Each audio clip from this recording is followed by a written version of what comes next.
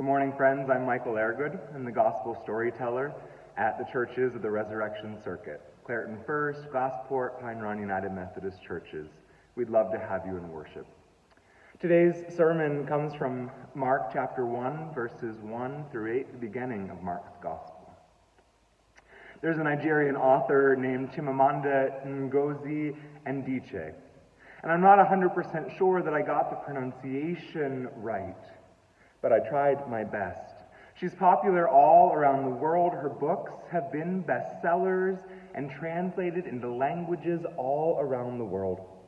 She gave a powerful TED Talk a number of years ago.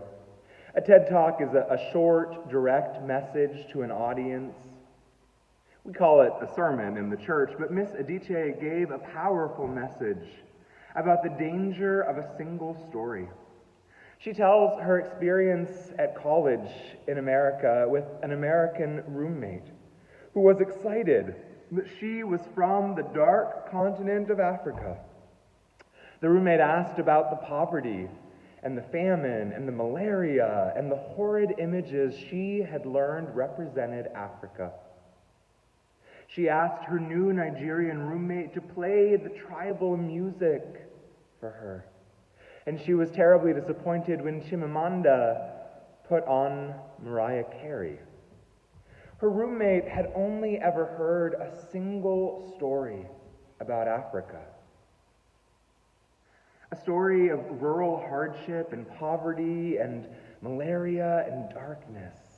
Miss Adichie, she grew up knowing struggle and hardship.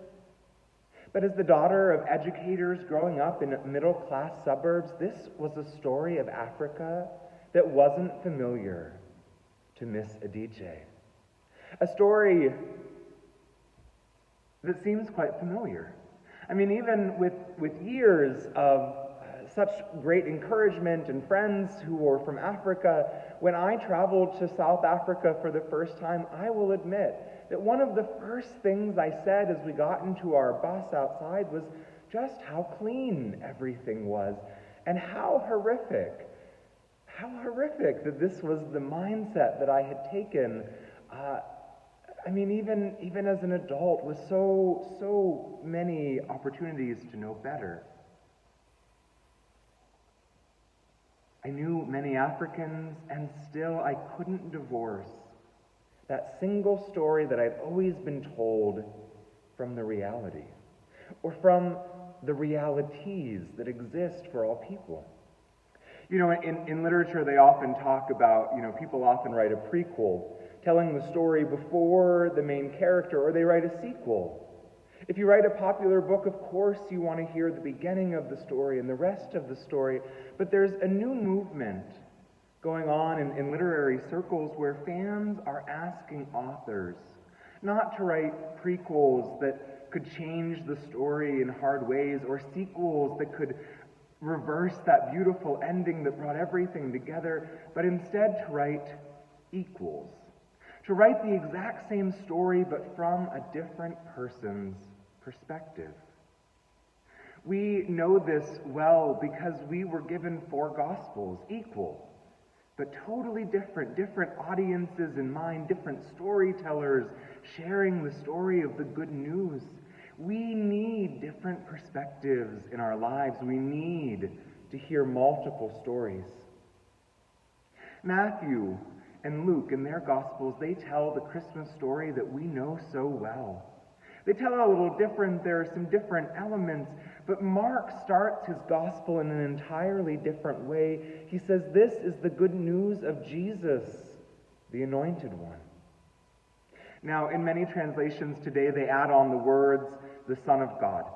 But when Mark wrote his Gospel, he really wrote it almost as a mystery, a detective, as this unraveling, revealing of this beauty of the good news. In Mark's Gospel, first it's the demons that Jesus is casting out who acknowledge him as the Son of God, and then it's a Roman soldier. It's a different story when you hear it this way. We think of skeptics and those who had never heard of Jesus reading their first Gospel. Would they have become stuck on the details of the birth of Jesus in that story? Would they have found a moment of pause, something to doubt, that they wouldn't have listened to the rest, that they wouldn't have heard Jesus' message, the good news for all people, the call to rise up together in beloved community? You know, I often think about the folks who come to our churches on Christmas and Easter, our neighbors, our friends, our relatives, and I often wonder what it's like to only hear that part of the story. To just hear that one story that all you know of church together is this great excitement and beautiful music and lights everywhere and pageantry and pomp and circumstance. And I wonder what it's like to only have a single story of Jesus. This narrative of a baby born in a manger and then dead on the cross with nothing in between. That's a single story that is hard. Sounds so incredible. But when you hear the rest, it makes the story grow. It gives the story wings to hear the words of Jesus, to see him serving and loving others. What if the Christmas and Easter folks knew the rest of the story? The compassionate healer, the angry justice advocate, the tearful friend, grieving, the suffering servant. Miss Adichie was an early reader and an early writer, and her first books, they were all British and American. And so when she wrote her first childhood books in colored pencil and crayon, all of her heroes were blonde-haired and blue eyes like the heroes she knew in her British novel, and they drank ginger beer, and they loved Turkish delights, things that she knew nothing of. Chimamanda, she thought that books could only be about white people. She had never read a book that featured an African like herself as the hero. She needed more than just a single story. She needed to see her own story told as well. When I was a little kid, I had this old 1980s book, real flimsy material, but it was really an anti-Soviet propaganda children's book. And I don't know how this ever landed on our shelf, but it showed on each page those poor communists. And everyone wore, the same gray suit. Everyone looked the same sad faces. They stood in line holding their lunch pails on the way to their awful factory jobs. And I understood that those poor folks in Russia, how awful their life must be. Years later, when I was an exchange student to Russia, it's easy to go to Russia and to see people not smiling and to have that idea confirmed. But a few months in to being an exchange student, I found this children's book about America. And it was basically the same book.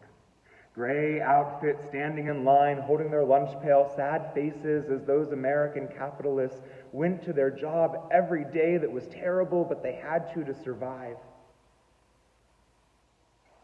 We each wrote a propaganda book about the other, and we each believed that single story, no matter if it was real in some places but not others, or completely fiction.